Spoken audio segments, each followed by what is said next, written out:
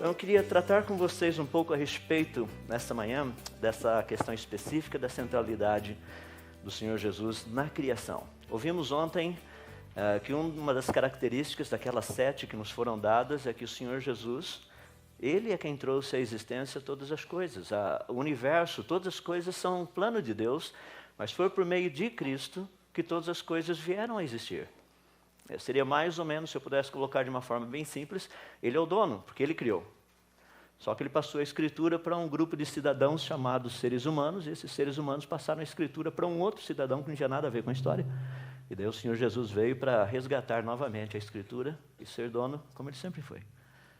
Então é uma história muito bonita, e que se você começar a estudar as escrituras, você percebe como a Bíblia é um livro assim, fabulosamente simétrico. Gênesis capítulo 1, criação dos céus e da terra. Gênesis capítulo 2, árvore da vida. Apocalipse 21, criação dos novos céus e da nova terra. Em Apocalipse 22, você também encontra a árvore da vida. Se Gênesis 1 e 2 não são verdadeiros, são mitológicos, que garantia você teria que Apocalipse 21 e 22 serão verdadeiros? Deus trata com simetrias. Porque Ele é um grande matemático, Ele é um grande físico, afinal de contas Ele fez todas as coisas. Então Ele entende também muito mais do que escola dominical, louvor. Posso te garantir, Ele entende de quarks, pi mesons e prótons, neutrinos e etc. e coisa e tal. Porque Ele trouxe todas essas coisas à existência. Vamos trabalhar um pouco antes de tratarmos disso. Vamos orar ao Senhor nosso Deus. Querido Deus, rendemos graças mais uma vez pela oportunidade que o Senhor nos dá nesses momentos de considerarmos algumas coisas relacionadas com a Tua pessoa, principalmente com a pessoa do Teu Filho Jesus. Instrumento que trouxe todas as coisas à existência. Que grandeza de poder, de sabedoria, e ao mesmo tempo sendo Ele quem Ele é, tendo se colocado de forma humilde, tendo vindo e vivido como um de nós. Isso nos impressiona. Que ao falarmos dele, das obras das suas mãos, possamos ficar encantados com a pessoa dele, com tudo aquilo que ele fez. Assim nós oramos, no nome dele. Amém. Algo que tem chamado muito minha atenção, e eu gostaria de tratar com vocês, é justamente a respeito da centralidade do Senhor Jesus. Eu gosto de frases, e para você ter uma noção, C.S. Lewis disse uma delas, ele é um dos meus autores prediletos, já foi citado as Crônicas de Nárnia, não está nas Crônicas de Nárnia, essa aqui está num outro livro dele. Ele disse o seguinte: eu acredito no cristianismo como acredito no brilho do sol, não simplesmente porque eu o veja, mas porque através dele posso ver todas as coisas. A minha expectativa é que você, como o reverendo Weber pregou agora de pouco, você aprenda a ver as coisas com a perspectiva correta. Deixe-me começar, antes de tratarmos desse tema especificamente, colocar algumas coisas que são importantes. Por exemplo, nós tivemos alguns eventos astronômicos nessas últimas 3 semanas fascinantes. No dia 20 de maio, nós tivemos um eclipse anular, é algo muito raro, quando a Lua passa na frente do Sol, mas ela não preenche totalmente o círculo do Sol, devido à questão da distância. Então, forma um pequeno anel em volta. Eu, nessa terça-feira, estava lá no meu escritório, fiz questão de ficar lá até um pouquinho depois das 7, que eu estava conectado com o pessoal da NASA, porque nós tivemos o trânsito de Vênus. Dia 5 de junho, 6 de junho, algumas outras localidades aí, o planeta Vênus passou na frente do Sol. Eu tive a oportunidade de ver o que ocorreu em 2004, pessoalmente, eu e meu cachorro. Estávamos lá fora, os dois, observando isso atentamente, porque eu sabia que dali 8 anos teria novamente, que foi esse ano, 2012, e o próximo, infelizmente, quem não viu, lamento informá-lo, a menos que você durma informal todas as noites, o próximo será no ano de 2117, será no mês de dezembro. Então vai demorar um pouquinho. Foi fascinante poder ver essas coisas. Agora a pergunta é, como a ciência consegue prever tais eventos com tamanha precisão? Nós sabíamos exatamente a hora, o minuto e o segundo que o planeta Vênus iria tocar as 2 esferas, os 2 círculos, Vênus e o Sol, quando os 2 iriam encostar. Como é que nós sabemos isso com tamanha precisão? Nós vivemos hoje num mundo em que existe um falso ensinamento que contamina totalmente a mente e o coração das pessoas. Creio que você já deve ter ouvido frases como essa. Tudo é relativo. Absolutos não existem. Agora, é uma questão muito interessante, porque seria uma grande contradição alguém afirmar que absolutos não existem. Ou seja, se alguém disser, absolutos não existem, pergunte a essa pessoa, o senhor tem certeza? É algo fascinante, dá para perceber a loucura da coisa. Não faz sentido isso. Estou dizendo isso porque numa universidade, uns anos atrás, foi feita essa proposta e eu respondi com essa pergunta. Você podia ouvir literalmente uma pena caindo no chão. E deu pena da pessoa que perguntou. Porque é um absurdo. Não se vendam, não se deixem, não comprem essa ideia. Ela não é verdadeira. Nós temos uma história muito triste quando nós olhamos nas Escrituras, lá no livro de Juízes, capítulo 17, quando essa mesma ideologia foi utilizada pelo povo de Israel. Naquela época não havia rei em Israel. Cada um fazia o que lhe parecia certo. Não se deixem vender por esse tipo de ideologia. O que está sendo colocado aí é que, não, tudo é relativo, a ciência mostra isso. Pelo contrário, olha essa ideia do relativismo e a teoria da relatividade. Albert Einstein propôs duas coisas muito interessantes na teoria da relatividade. Uma delas é a contração do tempo, tá a equação bonitinha aí, e a outra é a contração do espaço, e a outra dilatação do tempo. São duas equações muito bonitas, mas tudo isso é relativo em função de um negócio bem simples. A velocidade da luz. A velocidade da luz é o absoluto. Não existe relativo em função do relativo. Só existe relativo em função de absolutos. Então, quero que vocês entendam que essa ideia que o pessoal tem dito por aí, não, mas tudo é relativo, usa a própria teoria da relatividade dizendo, olha, o espaço e o tempo são relativos dentro da teoria da relatividade em função de um absoluto, que é a velocidade da luz. Se a velocidade da luz não for absoluta, não tem mais razão de relatividade. Só existem relativos em função de absolutos, ou seja, absolutos existem.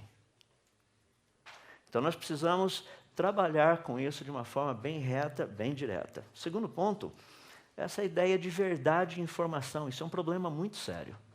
Porque muitas pessoas tentam colocar o cristianismo num canto e ali você fica quase que amarrado, você não consegue fazer muita coisa. Deixa eu tentar ilustrar isso de uma forma bem simples, quando nós tratamos da questão da verdade. Se eu lhe perguntasse qual a sua idade, você fala, mas minha idade é tantos anos. Eu perguntasse a você, por favor, me prova. Você fala, isso é simples.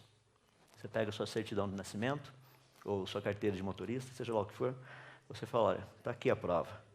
Eu teria que sentar e dar risada, porque falar, rapaz, o cara acredita em pedaço de papel. Sua certidão de nascimento nada mais é do que um pedaço de papel. Sua carteira de motorista nada mais é do que um pedaço de papel. Deixa eu fazer uma pergunta, qual a tua idade? Me prova. Tudo que você pode falar, eu acredito nesse pedaço de papel. Isso é o que você acredita, só. Se você chega e fala, não, pera, tem mais. Eu tenho meu pai e minha mãe. Interessante, agora você acredita em testemunhas também. Então você acredita em pedaço de papel, de testemunha, olha que coisa absurda. Por um acaso a Bíblia também não é papel que testemunhas falaram a respeito? As pessoas não creem nas Escrituras porque elas não querem crer. Essa é a única razão. Foi escrito, está lá. Quando nós tratamos dessa questão, portanto, de verdade e informação, é necessário entendermos como que o mecanismo funciona. Nós cremos em muitas coisas. Por exemplo, obviamente, o tempo está encoberto ali fora, mas se eu lhe perguntar, o sol está brilhando agora? Por exemplo, lá em São Paulo, está pertinho daqui, né? Obviamente não está um dia ensolarado lá em São Paulo, como vocês estão vendo aí na foto, mas se eu lhe perguntar, o sol está brilhando agora? Resposta científica, não sabemos. Fala, mas como não sabemos? Está claro. Não, é que a luz que está chegando aqui saiu do Sol há 8 minutos e 19 segundos atrás. O que eu sei é que o Sol estava brilhando há 8 minutos e 20 segundos atrás, mais ou menos. Agora eu não sei. Vai que ele explodiu. Daqui a pouco a gente vai ficar sabendo. Ou seja, eu não sei se o Sol está brilhando agora. Nós muitas vezes tomamos aquilo que nós não temos certeza como sendo verdade. A ciência nos ajuda a fazer essa diferença. Para você ter uma noção, quando nós estudamos supernovas que estão soltas por aí, é o remanescente de estrelas que explodiram. Essa, por exemplo, explodiu no dia 1º de maio do ano 1006. Tem essa outra aqui, dia 4 de julho de 1054. Tem uma outra aí que nós descobrimos há pouco tempo atrás, explodiu não, a luz chegou até aqui, né, da explosão. Dia 31/7/2004. Tem uma outra que nós vimos no final do ano passado também, na parte de mês de agosto.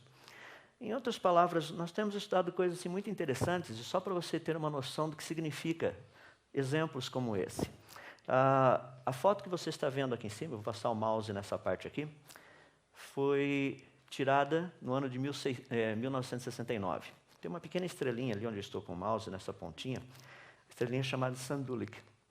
Essa estrelinha, se você olhar na foto tirada em 1987, a foto aqui de baixo, você percebe o pontão ali, agora está fácil ver a Sandulic.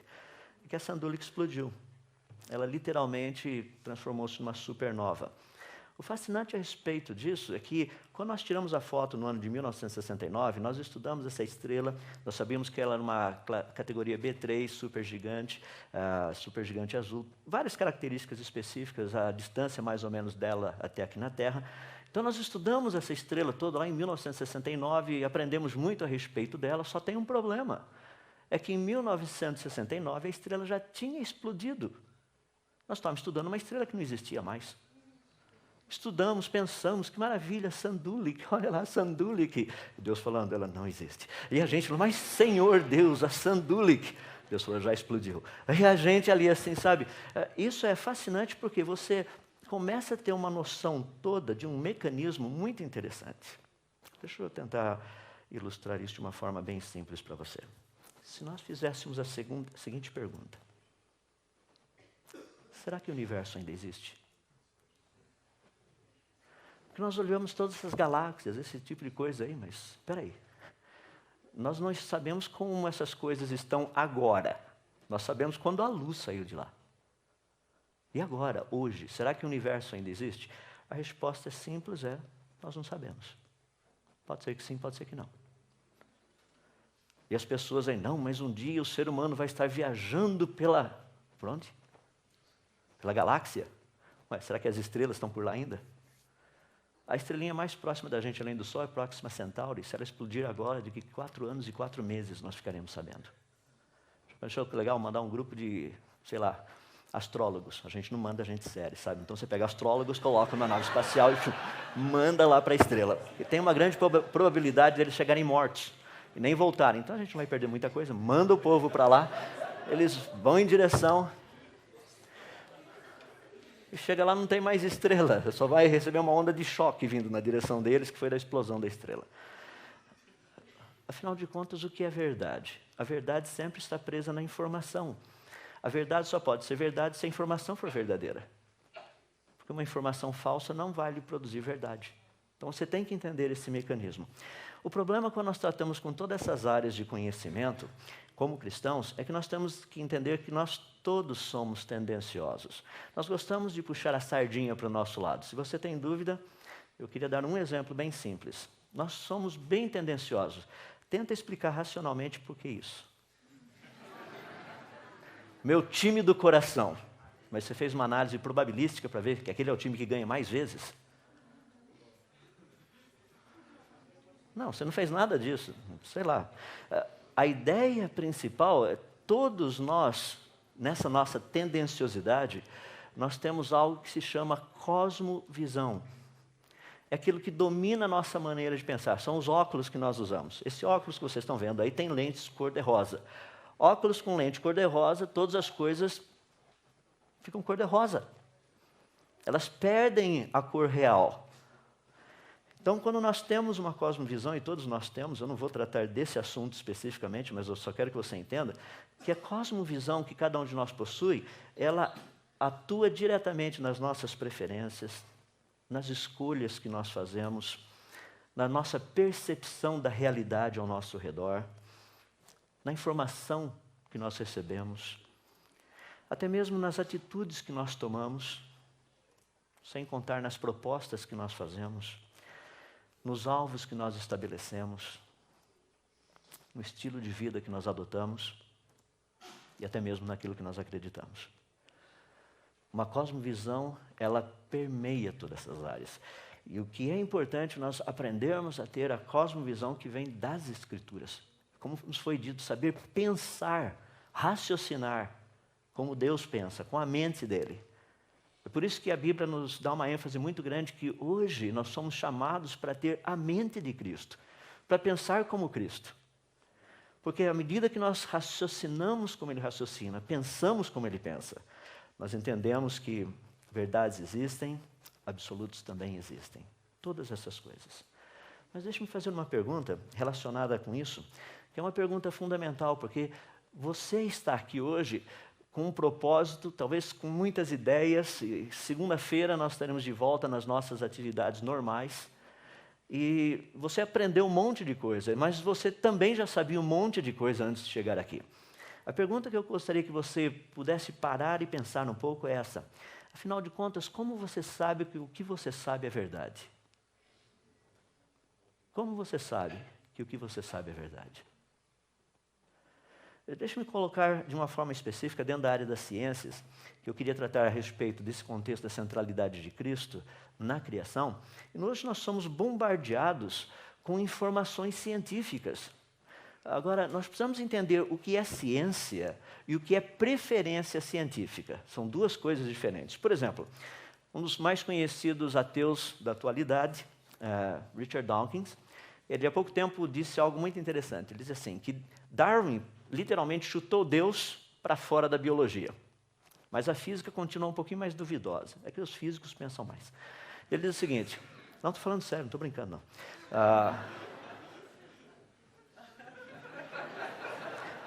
Sei que vocês estão achando de errado. Eu até brinco com o pessoal, quer ver como eu sou sério nisso daí? Isso aqui não é biologia, isso aqui é física. Teu palme, teu celular, teu laptop, isso é física. Joga os físicos pela janela, lá se foi a tecnologia junto. Coisa séria. De qualquer forma, estou só tentando salvar a pátria aqui do lado dos físicos. Mas olha o que Dawkins colocou. Ele falou, Darwin praticamente chutou Deus fora da biologia. No entanto, Stephen Hawking, é quem agora está administrando o chamado coup de grace, ou seja, aquele golpe de misericórdia. Olha o golpe de misericórdia. O último livro dele, do Stephen Hawking, chamado Deus, um Delírio. Ele diz o seguinte, criação espontânea é a razão do porquê coisas existem e não nada. Por que o universo existe? Por que nós existimos? Criação espontânea? Isso não faz sentido se a criação não foi espontânea. E se é espontâneo, não pode ser criação. Isso é loucura. Seria mais ou menos como eu perguntar para você, qual a cor amarela do céu azul? Você fala, ficou louco? Eu devo estar delirando. Uma outra, não é necessário invocar a Deus para acender o estupim e fazer com que o universo funcione. Claro que não, é só mostrar como o estupim foi aceso. Isso é bem simples, é bem básico. Agora, a última foi a que mais deixou assim... Porque existe uma lei como a gravidade, o universo pode e se autocriará do nada. Como é que é? Peraí, vamos fazer o seguinte, eu vou te dar um montão de nada, daí você faz o que com esse montão de nada que eu te dei? Não, primeiro defina o que é um montão de nada. Qual a diferença entre nada e um montão de nada? O que um montão adiciona ao nada? E como que o nada, sendo nada, produziria algo que não é nada?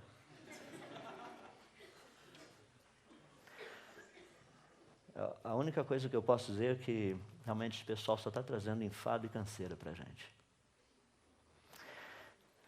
Tem um outro matemático bem conhecido, eu creio que vocês já devem ter ouvido falar dele, o Dr. John Lennox. Ele disse o seguinte, Stephen Hawking e outros não perceberam que a ciência deles não responde à questão do porquê alguma coisa existe e não nada. Pela simples razão que a ciência deles não consegue responder essa questão. Eles também não perceberam que a cosmovisão ateísta deles, que exclui Deus, é por suposição e não por razões científicas. Eu quero deixar claro para vocês, eu trabalho com um pessoal de laboratório aí, todos os crentes que estão lá conhecem bem essa ideia. Eu digo todos os crentes porque tem aqueles que creem que Deus existe e aqueles que creem que Deus não existe, mas são todos crentes. Os que creem que Deus não existe são nominalmente chamados de ateus, mas são crentes. Eles acham que Deus não existe. É impossível provar empiricamente que Deus não existe, você precisa ter fé para isso. Então não tenha medo de ateu, pode chegar e conversar reto e direto, falar assim, olha, feliz 1º de abril. Você fala, não entendi. É o dia dos ateus. Você fala, por quê? Porque na Bíblia diz o tolo no seu coração, não a Deus. 1º de abril é o dia do tolo, então é o dia deles. Eles podem curtir bastante o dia 1º de abril. Você fala, não, o cristão tem que tratar com amor. Claro, a gente está sendo amoroso. O que mais? Bom, entenderam o espírito da coisa. Deixe-me colocar para vocês, portanto, o que a ciência tem visto a respeito dessas questões. Dentro das muitas áreas de estudo, quando nós tratamos da criação, deixe-me dar apenas alguns argumentos, são argumentos filosóficos. Vou dar 5 deles que são básicos, são bem conhecidos, não são difíceis. Por exemplo, o argumento teleológico, que afirma a ideia de coisas completas e perfeitas. Se existem coisas completas e perfeitas, é porque tem que ter um padrão de perfeição em algum lugar. Eu não teria condição de saber se algo é perfeito, está completo, se eu não tivesse um padrão. Mas pelo fato de um padrão existir, é possível saber se coisas são completas e perfeitas. O argumento estético fala a respeito de beleza, fala a respeito de verdade, porque se existe a ideia de alguma coisa estética, ou seja, de beleza e verdade, porque existe um padrão para isso. Quando nós tratamos do argumento evolutivo relacionado com escolha e vontade, se existe escolha, se existe vontade, é porque existe uma vontade absoluta por trás de tudo isso. Tem que ter. A questão de um argumento moral, a ideia de certo e errado, quem define o que é certo e errado? É porque existe um padrão moral de certo e errado que vai além da gente. Tem que ter. O próprio argumento cosmológico de causa e efeito talvez seja um dos mais importantes e um dos mais utilizados na ciência. Deixa-me ilustrar esse último dentro de algumas áreas da ciência especificamente. São alguns argumentos totalmente favoráveis a respeito da criação. Esse universo, a vida, eles foram criados. Quando nós olhamos, por exemplo, Albert Einstein tratando dessa questão, ele diz algo fascinante sobre o universo. Ele diz assim, que a coisa mais incompreensível a respeito do universo é que ele é compreensível. Como é que pode uma coisa dessa? Imagina que legal, você pega um monte de coisinha, joga lá e aquele monte de coisinha sempre cai de forma organizada. Você fala, não, tem que ter alguma lei por trás disso aqui. Sim, obviamente. O universo, ele faz sentido. O que não faz sentido, eu já tenho dito várias vezes, tenho ilustrado várias vezes, é a teoria da evolução. Dentro da teoria do evolucionismo, que é um chavão muito geral agora, não trata mais da parte biológica, porque tratamos da evolução do universo, evolução das galáxias, evolução das estrelas, evolução sei lá do quê. Só não trata da evolução da mente humana, porque a gente está indo na direção contrária. Mas todas essas evoluções estão saindo por aí. A ideia principal é, não, mas o universo evoluiu. Teoria do Big Bang. No universo, existem 3 vezes mais estrelas do que... Desculpe, 3 vezes mais estrelas, correto? Do que o número de todos os grãos de areia, de todos os desertos e de todas as praias do nosso planeta. Nosso Sol é uma estrelinha de 5ª grandeza, magnitude 4,7. O diâmetro dele é aproximadamente 1.400.000 quilômetros, quase isso. Massa do Sol, 2 com mais 30 zeros depois quilogramas. O Sol transforma 4 milhões de toneladas de matéria em energia por segundo. Isso é apenas uma estrela e uma estrela pequena. No universo existem trilhões, de quadrilhões, de quintilhões de estrelas. E as pessoas têm a ousadia de dizer que todo esse negócio começou num pontinho do tamanho de um próton. 10 a menos 15 metro. Pega 1 milímetro, divida por 1000, pega esse pedacinho, divide por mais 1000, pega um pedacinho, divide por mais 1000, pega um pedacinho, divide por mais 1000, pega um pedacinho. Coloca o universo inteiro ali dentro. E as pessoas chegam para você, quando você fala para as pessoas, eu não acredito, eles falam assim, de que planeta você é? Daquele planeta fora do hospício. Porque todos que moram no hospício devem acreditar nesse tipo de coisa. Pessoal, não estou brincando, estou sendo sério. Nós estamos tratando de ciência. Tanto é que no livro do Hawkins, eu tenho dito várias vezes, é o exemplo que eu mais cito, tenho citado, assim, vez após vez, em todos os lugares, para que as pessoas entendam. Olha essa frase aqui embaixo, leis físicas estranhas e desconhecidas. É assim que é definido como o universo teria vindo à existência através de um Big Bang. Daí eu coloco esse filme, que foi o primeiro filme a ganhar um prêmio, literalmente, um Oscar, vamos colocar assim, tá, de efeitos especiais, muito legal, tratando a respeito da abertura do Mar Vermelho. Pergunta, bem simples. Segundo o relato bíblico, como o Mar Vermelho teria sido aberto? A resposta é simples: por meio de leis físicas estranhas e desconhecidas. Porque pelas leis físicas conhecidas, esse mar não teria se aberto. Nós conhecemos as leis físicas, nós estamos tratando de um milagre. Leis físicas estranhas e desconhecidas. Isso é milagre, é a definição técnica de milagre. Como que o universo teria vindo à existência segundo a teoria do Big Bang? Por meio de leis físicas estranhas e desconhecidas, colocando no linguajar correto, por meio de um milagre. E as pessoas chamam esse milagre de ciência. A ciência não trata com milagres. Não é a área dela. A ciência trabalha com evidências. A ciência trabalha com leis. A ciência trabalha com coisas práticas. Por exemplo, algumas leis para nós pensarmos aí. As leis da termodinâmica. Só por essas leis já fica resolvido de uma forma simples e clara a respeito da origem do universo.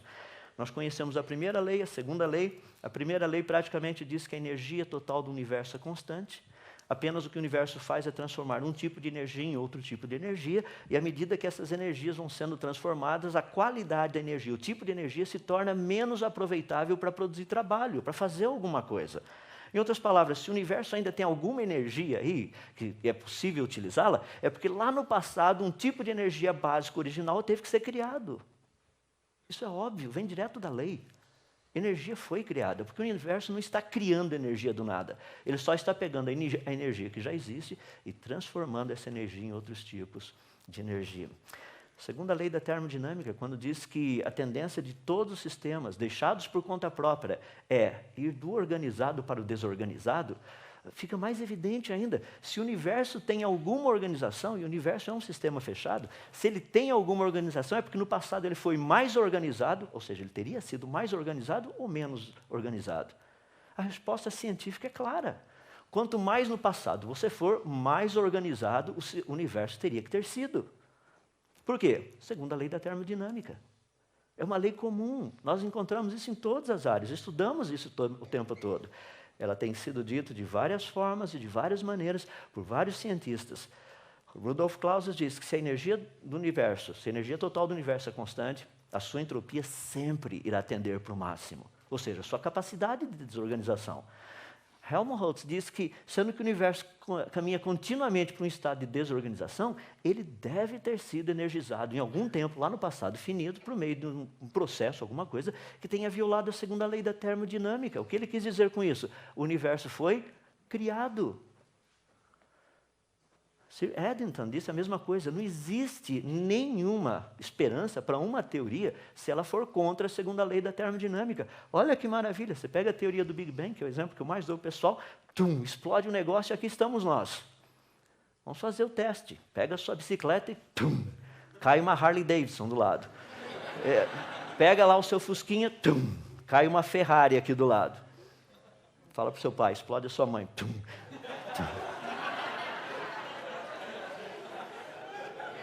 Não funciona, tá? Não precisa falar para o seu pai. O mecanismo é simples, não é difícil de ser entendido. Segundo as leis científicas, a tendência de todas as coisas, qualquer sistema, é ir do organizado para o desorganizado. É organizado para desorganizado, organizado para desorganizado. Daí me vem a teoria do Big Bang que diz que não. É do desorganizado para o organizado. Fala, rapaz, de onde vocês tiraram essa ideia? Não, isso aí é teoria científica. Mas não é da ciência isso. Ciência trabalha com leis, ciência trabalha com processos naturais. Daí aparecem os criacionistas dizendo que o universo foi criado completo, complexo, perfeitamente funcional. Os caras falam, viajaram na maionese. Tudo religioso esses caras. Essa é a evidência científica. Não se deixem levar. O universo foi criado. Nós sabemos disso. É evidência científica. Nós estamos tratando com processos naturais e leis da natureza. Quando nós tratamos da vida, tudo que nós conhecemos de vida está relacionado com informação codificada, altamente codificada. Dentro de você tem um fiozinho que, lá dentro da sua célula, tem pedacinhos de fiozinhos que, se a gente juntar todo esse montão, dá mais ou menos 2 metros e pouco de altura, menos de, aproximadamente 2 nanômetros de diâmetro. Ali dentro está guardada toda a tua informação, como fazer você. É um absurdo. O software que está ali dentro, nós estamos tentando começar a entender um pouquinho disso. Temos aprendido a respeito dessa maravilha toda que somos nós, os seres humanos, é a criação toda ao nosso redor, as formas de vida biológica, estudando um pouquinho a respeito das células, dos genes, essa quantidade absurda de codificação, os genomas, o genoma humano principalmente, tem sido fonte de pesquisa, trabalhando um pouquinho das certas similaridades genéticas que tem. Certas coisas são muito parecidas uns com os outros. Por exemplo, eu tenho citado isso, citei o ano passado, a questão de sabermos que do DNA mitocondrial é possível claramente ver que todos os seres humanos vieram de uma única e mesma mulher. Nós não somos frutos de alguma coisa por aí, nós viemos de uma única e mesma mulher. Quando nós tratamos assim do polimorfismo do DNA, nós percebemos algumas características que são únicas. Nós sabemos quem foi teu pai e tua mãe, só fazer um testezinho de DNA. Nós sabemos dessas variações. E eu acho que interessante, sabe? Eu não sei quanta dificuldade tem no negócio, porque você pega, por exemplo, o genoma humano, o cariótipo humano. Você tem 23 pares de cromossomos. Tem apenas masculino e feminino. X feminino, XY masculino. É difícil entender isso. Me explica os do meio. Cientificamente. Ah, não, mas é uma questão genética. Não, desculpa, mas a questão da sexualidade é definida em cromossomos. Você não entendeu nada ainda. Estuda ciência. Existe XX e XY. YY não existe. Só tem essas duas possibilidades. É difícil? Não, não é. Quando nós tratamos a respeito dessa origem, portanto, pensa só, no cromossomo masculino, 3 bilhões, 77 milhões de letrinhas genéticas perfeitamente organizadas. No caso das mulheres é um pouquinho mais, aquele famoso sexto sentido, que elas sabem exatamente o que nós homens estamos pensando, a palavra ainda não nos chegou à boca, elas já conhecem toda. Terrível isso. Mas é normal, eu acho que está relacionado com esses outros quase 100 milhões de bases aí a mais, eu não sei. Deixa-me fazer uma pergunta bem simples, como um matemático também, que Deus tem me dado a oportunidade de ser. Vamos fazer um joguinho. Você sabe que crente não aposta, mas agora a gente vai apostar. Eu gostaria de fazer um pequeno joguinho contigo. Nós vamos pegar 6 dadinhos, tá? Eu vou fazer o seguinte, nós vamos jogar esses 6 dadinhos para cima. Todas as vezes que os 6 dadinhos caírem empilhados, com o número 6 virado para o mesmo lado, eu te dou o meu carro. Toda vez que isso não acontecer, você me dá 10 centavos. Vamos brincar? Rapaz, você vai voltar para sua casa com o mínimo necessário e com uma dívida violenta antes de você ter ganho o meu carro.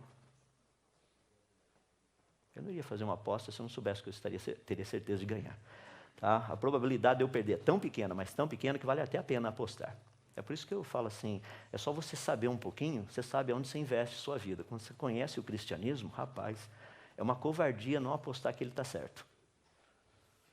É espetacular a coisa. A ênfase, a estrutura e tudo mais.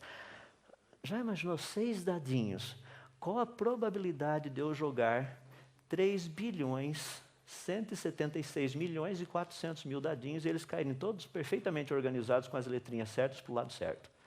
As pessoas chegam para mim e falam, você está falando do genoma humano? Sim, estou falando do genoma humano. Não, mas isso demorou milhões de anos. Não, eu te dou milhões de anos para você jogar os dadinhos para cima. Pode jogar, quando você quiser. Não é uma questão de tempo. Você fala, mas você acha que isso não aconteceu? Eu falo, eu não acho, eu tenho certeza que isso não aconteceu. Eu sou físico e na área de matemática eu me especializei em probabilidade estatística. Tem coisa que não acontece. Ponto. Ah, mas e se o tempo for infinito? O tempo não é infinito, eu te dou 4,5 bilhões de anos, que é a idade da Terra. Vamos melhorar a tua fase. 3,7 bilhões de anos, que não que seja a idade da Terra, mas a idade que os evolucionistas dão para a Terra, e eu te dou 13,7 bilhões de anos, que é a idade que os evolucionistas dão para o universo. O tempo não é infinito, você tem 13,7 bilhões de anos para fazer todas as suas tentativas. Faça. Qual o número de variáveis mesmo? Quantas delas precisam ter caído na mesma direção? Rapaz, está falando de fé? É que as pessoas não pensam desse jeito. Quando nós estudamos ciência, quando nós olhamos para todo esse lado, Nós sabemos de uma forma bem simples que matéria inorgânica produz organismos vivos através de informação codificada. Quero deixar bem claro, vida somente existe através de informação genética codificada, a qual não surge espontaneamente. Vocês conseguiram entender? Não existe uma lei da natureza, um processo natural que produza informação codificada. Sem informação codificada, vida não existe. Quer saber qual a origem da vida? Descubra qual a origem da informação codificada. A origem da informação codificada não é nem processos naturais, nem leis da natureza. Resposta científica: a vida foi criada. Não é difícil isso. Não é difícil, mas as pessoas têm dificuldade em entender essa questão toda, embora a ciência trate disso o tempo todo. Informação genética codificada ou informação codificada não é resultante de processos naturais e leis da natureza. Nós sabemos disso. Vida foi criada. Eu quero que vocês não tenham dúvida. A evidência científica aponta que tanto o universo quanto a vida foram criados. Eu posso dizer para vocês que existem muitos cientistas que estão plenamente, perfeitamente convencidos dessa verdade. Quando nós olhamos a questão básica a respeito do universo, nós vemos todas essas coisas criadas, nós sabemos que elas não são fruto do acaso. A evidência é contra essa ideia de ser fruto do acaso. Não é, não foi. Essas coisas todas, essas megas estruturas, essas coisas perfeitamente funcionais, elas foram criadas. Tanto é que um dos físicos muito conhecidos do século passado, principalmente na área específica de física de partículas, Dr. Compton, que pesquisou, descobriu, inclusive ganhou um prêmio Nobel pelo chamado efeito Compton, ele disse o seguinte: para mim, fé começa com a compreensão de que uma inteligência suprema trouxe o universo à existência e criou o homem. Da onde vem esse tipo de fé? Como nós ouvimos, é raciocínio, é pensamento. Ele diz o seguinte: não é difícil para mim ter esta fé. Por quê? Pois um universo organizado e inteligente testifica a favor da maior afirmação jamais pronunciada. No princípio, Deus. Meus irmãos, minhas irmãs, quem disse isso foi um prêmio Nobel em física. Não foi um Zequinha. Zequinha é estagiário. Não, é um prêmio Nobel. É alguém que sabe do que está falando, um homem reconhecido. O universo foi criado. Quando nós olhamos para a vida, rapaz, 15 semanas, só vai me dizer que isso aí não é ser humano? Eu não sei como as pessoas pensam em termos de aborto, acho que, não sei, as pessoas não têm noção do que eles estão fazendo. Vida, o que os cientistas têm dito por aí? O professor Dr. Marcus Eberlin, da Unicamp, 470 publicações científicas, mais de 6.000 citações dos seus trabalhos. Fomos planejados. Essa é a maior descoberta científica de todos os tempos. Fomos planejados, nós não somos frutos do acaso. Esqueça esse negócio de evolução. Agora, como cristãos, nós precisamos aprender a gerenciar tudo isso. Nós precisamos, foi aquilo que nós ouvimos na palestra anterior. Há uma necessidade de colocarmos esse tipo de pensamento. Essas são verdades. Precisamos trabalhar com essas verdades. A maioria dos cristãos chega aí fora, fala para o professor de biologia. Professor de biologia, se o senhor continuar falando de evolução, o senhor vai para o inferno. Rapaz, ali é aula de biologia, não é aula de teologia. Você manda para o inferno depois. Agora você vai tratar de biologia. Professor, se toda a vida está baseada em informação genética codificada, e nós sabemos que processos naturais e leis da natureza não produzem informação genética codificada, o senhor poderia, por favor, me dar uma explicação científica de como vida teria surgido por acaso? Rapaz, você quebra a perna do professor ali sem ele perceber. Você colocou ciência. Agora, é óbvio, você fala assim, mas professor, não consigo entender como que o senhor não entende, o senhor não acredita que Deus criou o mundo. Rapaz, daí o teu professor te dá um zero lá. Bom, se bem que o teu professor não pode dar zero pelo fato de você falar de coisa de teologia, porque ele não ensinou teologia, então ele não pode dar zero. Ele pode dar zero só naquilo que ele ensinou. Como não era aula de teologia, ele não pode te dar zero nisso. Então você pode falar que ele não vai te dar zero. E se der, você vai no Procon e reclama. Porque ele está dando zero em cima de matéria não dada. Então é bem legal a coisa. Mas Nós precisamos aprender a trabalhar dentro do nível onde as coisas estão. Muitos cristãos não fazem isso. O que eu queria que você entendesse é que nós, ao olharmos a ciência, nós vemos algo muito bonito. A fuga dessas pessoas que não querem aceitar o criacionismo não é uma questão científica. Ouçam o que eu vou lhe dizer. Não é uma questão de falta de evidência científica. O problema deles é mais profundo. É uma questão moral. É uma questão ética. É uma questão espiritual. Dr. Henry Margneau foi professor da Universidade de Yale por muitos anos. Ele era cristão muito conhecido, as palestras que ele fazia, como ele trabalhava. Ele disse o seguinte a respeito dessa questão. Ele disse, no caso de Deus, ao dar a ele, ou seja, ao ser humano, uma identidade, um corpo, incluindo um cérebro, e ao criar as leis da natureza, as quais aplicam-se ao homem, as quais podem ser compreendidas e interpretadas pelo homem, Deus nos dotou com livre-arbítrio e, portanto, com responsabilidade pessoal. Nós não somos máquinas.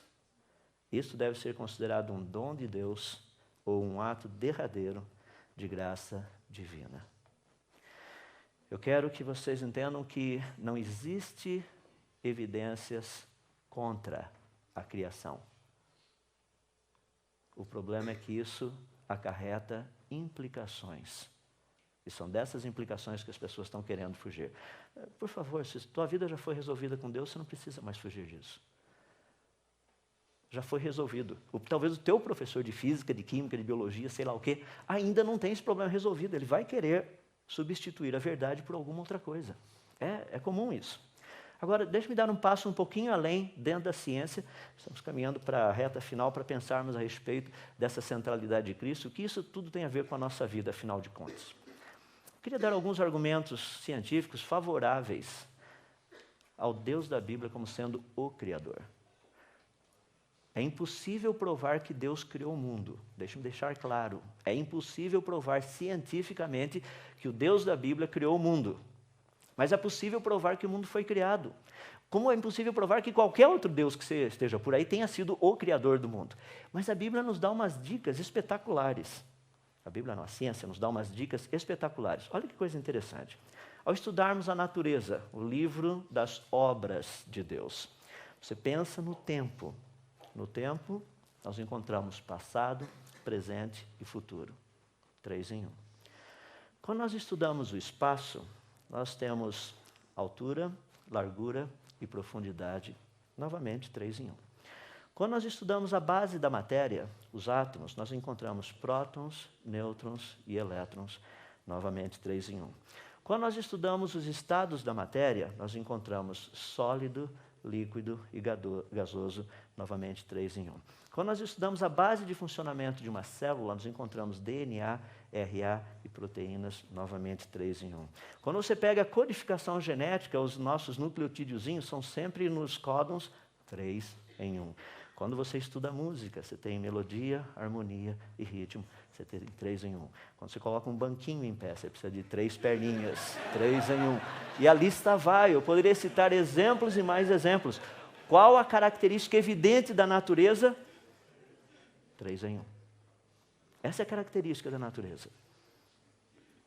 O difícil é que se nós não tivéssemos a revelação, tudo que a gente poderia saber, e não tenha dúvida, a posição científica, se não houvesse Bíblia no planeta, seria o seguinte: quem criou é 3 em 1. Essa é a evidência científica, 3 em 1. O mundo é 3 em 1. Mas é que nós temos a Bíblia que nos conta a respeito disso. Ou seja, as duas afirmações que nós podemos dizer é que a Bíblia, naquilo que ela propõe, que o mundo foi criado, e que Deus, o Deus da Bíblia, criou o mundo. Daí você tem todas essas montoeiradas de religiões por aí, cada uma delas, pelo menos algumas delas aí, falando a respeito de esse Deus que criou o mundo, mas qual delas estaria correta? O Deus da Bíblia, ele não é um Deus politeísta, não são 3 deuses. A Bíblia é monoteísta, é um Deus em 3 pessoas, o Pai, o Filho e o Espírito Santo. Ou seja, a característica principal e única do Deus da Bíblia é 3 em 1. Não é difícil nós estudarmos a natureza e chegarmos a qual conclusão? O Deus da Bíblia é o Criador. Ele é o Criador. Agora, eu queria poder fechar dando a vocês a razão do porquê tudo isso é importante. Nós somos bombardeados com isso. Eu fui bombardeado com isso durante toda a minha vida. Continuo sendo bombardeado, inclusive agora sendo criacionista, muito mais ainda. As pessoas falam, mas como é que pode? Não é possível. Pleno século XXI sendo criacionista. Eu viro para eles, mas como é que pode? Não é possível. Pleno século XXI sendo evolucionista. As pessoas falam, mas vocês criacionistas são um grupinho. Vocês acreditam? Olha só, olha a quantidade de evolucionistas. Vocês acham que vocês estão certos? Meu argumento é reto e direto. Falo, olha, me desculpe, mas ciência não se ganha, não se prova sendo verdadeiro ou falso pelo número de adeptos. A gente vai para o laboratório, quer ir? Vamos lá. Vamos fazer os testes. Por exemplo, você pega teu invertebrado, a gente vai sentar e ver o teu invertebrado virar no vertebrado. Fala, isso daí demora milhões de anos. Não, o tempo não faz isso, estou esperando os processos naturais. Me diz quais processos naturais. Não, vão ser pequenas variações. É mesmo? Como é que funciona aquele sistema de autocorreção que tem no DNA? Quer tentar mais alguma coisa? Não, é a seleção natural. Ótimo, a seleção natural sempre escolhe o funcional, certo? Sim. Aquele está melhor adaptado? Sim, o original. Quer tentar mais alguma coisa? Mas como é que você não aceita a evolução? Estou esperando uma evidência. Olha ao seu redor. Estou olhando, cadê? Eu não estou vendo nada de uma coisa virando em outra coisa, a não ser pequenas variações que já estavam previamente codificadas no material genético. Isso não é evolução. Não, mas você não consegue ver. Realmente, eu não consigo ver o que não existe, eu não consigo. Eu só consigo ver o que existe. Me dê as evidências, nós trabalhamos em cima. Então, nós precisamos entender que essa luta que nós passamos de ideias, nós precisamos colocar na nossa mente para funcionar. Porque quando nós entramos nas Escrituras, a Bíblia fala muito clara a respeito da autoria da criação. Primeiramente, se você estudar lá em Isaías, a ênfase que Deus dava no Velho Testamento, uma ênfase muito forte, ele dizia o seguinte, olha, eu sou o Criador, fui eu que fiz os céus e fiz a terra. Não são esses outros deuses aí, o Deus Tempo, por exemplo, dá bilhões de anos e tudo acontece, isso não existe. Porque o próprio tempo foi criado. Deus que é eterno, Ele criou algo para mostrar a eternidade dEle. Esse negócio que Ele criou se chama tempo. O tempo foi criado. Deus é eterno. Como você traduz eterno dentro de um outro contexto? Você cria o tempo. Daí tem pessoas que ficam perguntando, quando que Deus criou? Quando que Deus surgiu? Deus é eterno, é o tempo que foi criado. O tempo é algo que Deus criou para que nós pudéssemos ter uma percepção, uma noção do que significa ser eterno. Ah, mas o eterno é um tempo sem limite. Você está colocando no linguajar nosso, mas isso daí define um negocinho pequenininho de um negócio que é grandão. Não, mas é assim que funciona. Deus é luz, é por isso que Ele criou radiação eletromagnética. Ah, Deus é a radiação eletromagnética? Não, Ele criou um negócio para a gente entender o que Ele é. Deus não é radiação eletromagnética. Tem gente que chega e vai, acha lá no céu, vai pegar um aparelhinho lá, nossa, olha só a radiância de Deus aqui. Não é assim que funciona, Ele é luz. O que foi criado, isso a gente mede. Ele nós não conseguimos medir. Porque Ele criou algo que nós pudéssemos, talvez de uma forma assim palpável, se eu puder colocar nessa forma de expressar, quem Ele é. Eu não sei o que é eterno, mas eu sei o que é um tempo muito grande. Eu não sei o que é luz, mas eu sei o que é radiação eletromagnética. É assim que Deus se expressa, Ele coloca isso. Ele faz questão de dizer no Velho Testamento, eu sou o Criador de todas as coisas. Livro de Apocalipse. Tu, Senhor e Deus nosso, és digno de receber a glória, a honra e o poder, porque criaste todas as coisas, e por tua vontade elas existem e foram criadas. Elas foram trazidas à existência porque o Senhor quer. E dessas três pessoas da Trindade, o que me fascina é o próprio Senhor Jesus, porque foi dito, no princípio era aquele que é a palavra, que é o verbo. Ele estava com Deus, ele era Deus, ele é Deus. Ele estava com Deus no princípio. Todas as coisas foram feitas por intermédio dele. Dele quem? O verbo, o Senhor Jesus. Eu fico impressionado. Ele diz, sem ele, nada do que existe teria sido feito. Ele é o Criador de todas as coisas. Eu fico imaginando, rapaz, o que foi dito ontem à noite, era para ter todo lugar por aí, aqueles outdoors gigantescos, falando a respeito de Jesus, Jesus, Jesus, Jesus, mas as igrejas acham que não vale a pena investir nisso. Eles acham que isso é propaganda enganosa. Dizer que Jesus é o dono de todas as coisas é propaganda enganosa. Tá bom, então vamos dizer que nós somos frutos da evolução. Que legal. Meu avô foi uma ameba. Olha que passado brilhante. Será que meus tataranetos serão? Se você quer seguir o raciocínio é simples. Tá? Jardim do Éden, a serpente disse para Eva o quê? Se vocês comerem desse fruto, vocês serão iguais a... Eles já eram. Deus os havia criado a sua imagem e semelhança, não dá para ser melhor do que isso. Aí teoria da evolução, não, você era aquela, sei lá, uma ameba da vida, foi evoluindo, você vai continuar evoluindo, nós não chegamos lá, nós vamos evoluir até chegar a sermos o quê? Fascinante. A mesma mentira lá do Jardim do Éden, agora com capinha científica. A ideia é a mesma, não mudou. Não comprem essa ideia, porque Jesus é o Criador, Ele trouxe à existência todas as coisas. Nós vemos isso em João, nós vemos isso também em Colossenses, nos é dito que Ele é a imagem do Deus invisível, o primogênito de toda a criação, pois nele foram criadas todas as coisas no céu, na terra, visíveis e invisíveis, sejam tronos, sejam soberanias, poderes e autoridades, todas as coisas foram criadas por Ele e para Ele. Ele é antes de todas as coisas. Nele tudo subsiste. Meus irmãos, eu não sei porque as pessoas têm tanta dificuldade de chegar, falar a respeito do Senhor Jesus. Tem um amigo, não vou citar o nome, ele é bem conhecido, já falou em algumas conferências da Fiel, tanto aqui quanto fora também. Vamos falar o nome dele, vocês conhecem, Josafá Vasconcelos.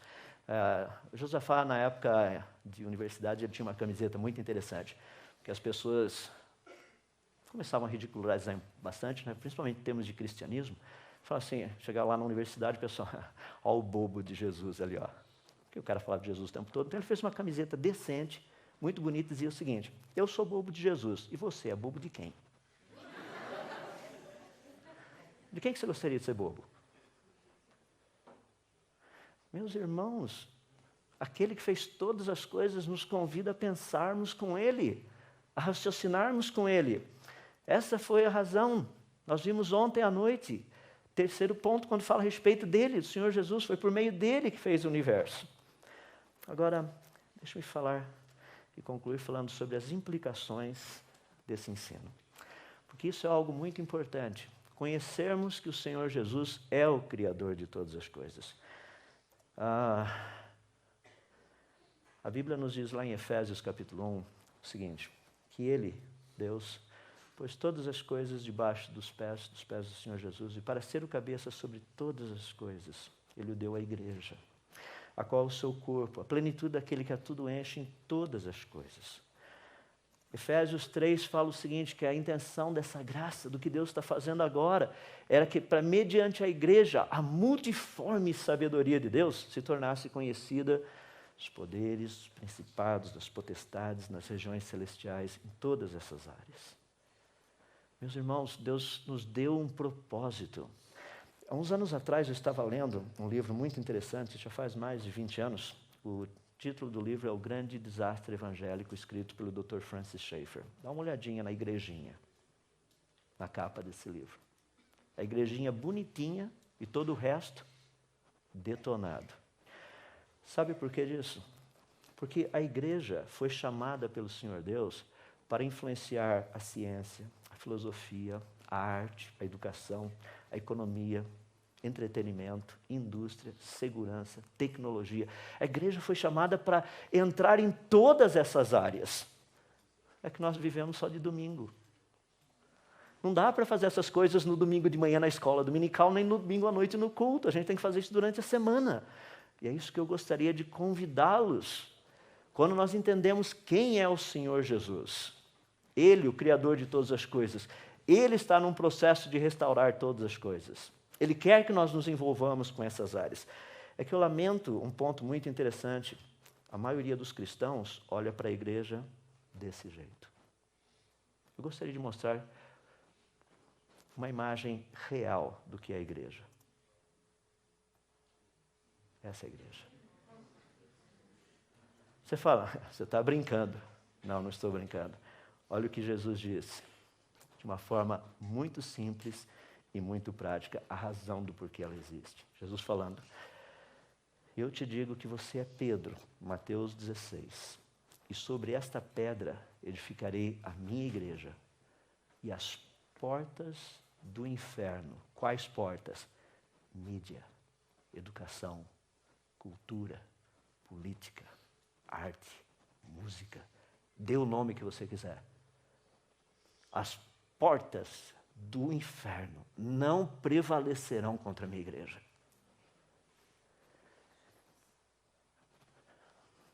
Nós somos em mais ou menos 400 aqui.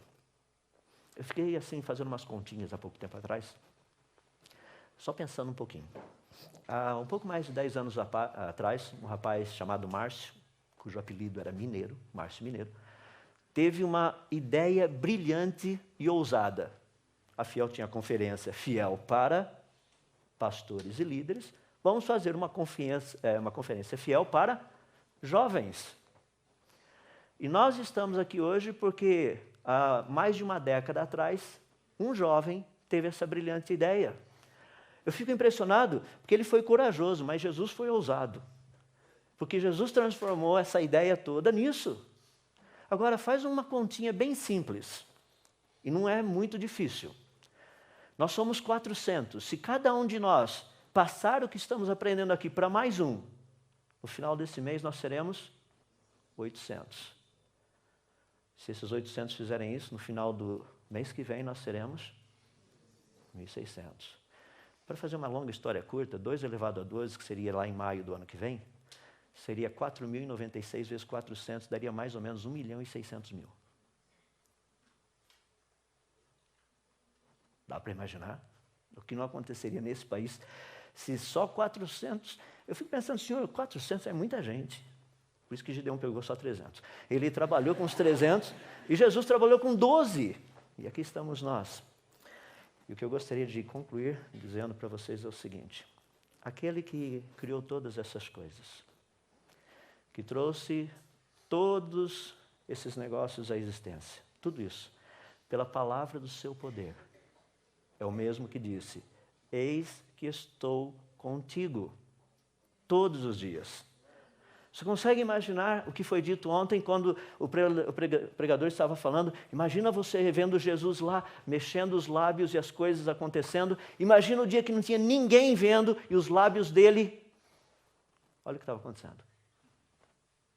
A mesma palavra, o mesmo poder, o mesmo Cristo. Meu desejo é que nós não venhamos crer na mentira como muitos têm crido. Nós não somos frutos do acaso, fomos planejados, fomos chamados à existência para falar muito bem das qualidades e das características daquele que nos trouxe das trevas para a sua maravilhosa luz. Espero o ano que vem termos 1.600.000 por aqui. Vamos orar. Querido Deus, nós somos gratos a Ti, porque a Tua palavra é cheia de encorajamento. Não porque ela promete coisas que são difíceis, mas porque ela promete coisas que são possíveis. Não porque essas coisas sejam possíveis por causa delas mesmas, mas porque o Senhor, que é o Deus que pode todas as coisas, disse que as faria possíveis. Cada uma delas. E nós te damos graças por isso. O fato dessa conferência existir é uma manifestação de que o Senhor é poderoso para fazer essas coisas. Eu fico imaginando que, se de uma pessoa o Senhor pôde fazer isso, o que o Senhor não seria capaz de fazer de 400. Portanto, ó Deus, eu peço para que todas essas coisas que estão sendo aprendidas e vistas aqui, possam ser elas assimiladas, incorporadas à vida, e que saiamos daqui entendendo e compreendendo a importância da centralidade daquele que trouxe todas essas coisas, todo o universo à existência. Também foi o mesmo que veio e se deu por nós, do qual nós não somos dignos, nem ao menos de mencionar o nome, mas pelo fato dele, que é o Filho amado, ter nos amado, hoje nós também somos amados por Ti. Pelo fato de ser Ele, o Rei, hoje nós podemos ter todas as coisas, porque Ele nos ama. E é por isso que nós queremos agora render graças e também exaltar o nome do Teu Filho Jesus, o qual, sem dúvida, é digno de toda honra, de toda glória, de todo louvor. E somos gratos a Ti, ó Pai, porque foi dado a Ele o nome que está acima de todo nome, diante de quem, um dia, todo joelho se dobrará.